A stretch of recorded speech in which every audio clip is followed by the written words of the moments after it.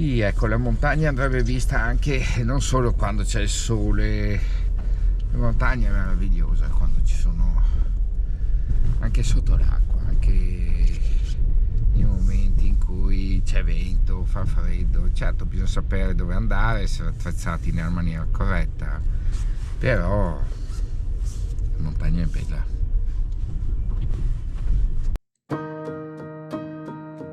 Che figata.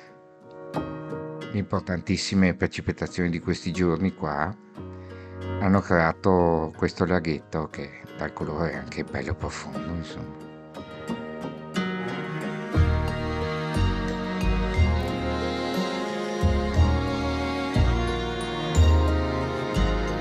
Qualche giorno non ci sarà più.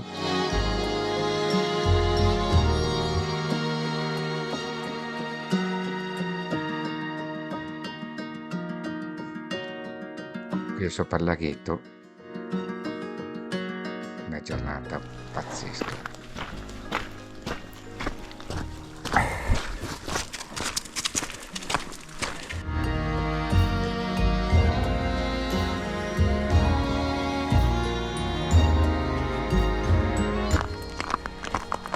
Questo è Chucky, ma lo conoscete?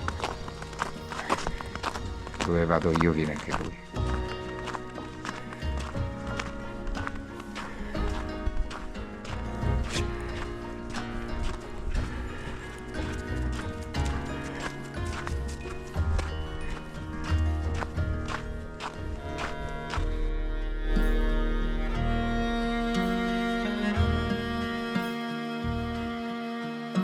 Mi sono alzato poco il drone perché è uno spettacolo da vedere. E qua sono in mezzo alle nuvole. I dronisti ovviamente non sono esageratamente alto, ma le nuvole si sono abbassate. Mettiamo così.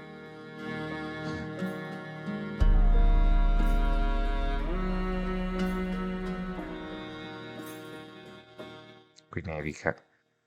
Penso ma è stato uno spettacolo incredibile. Alla prossima ragazzi.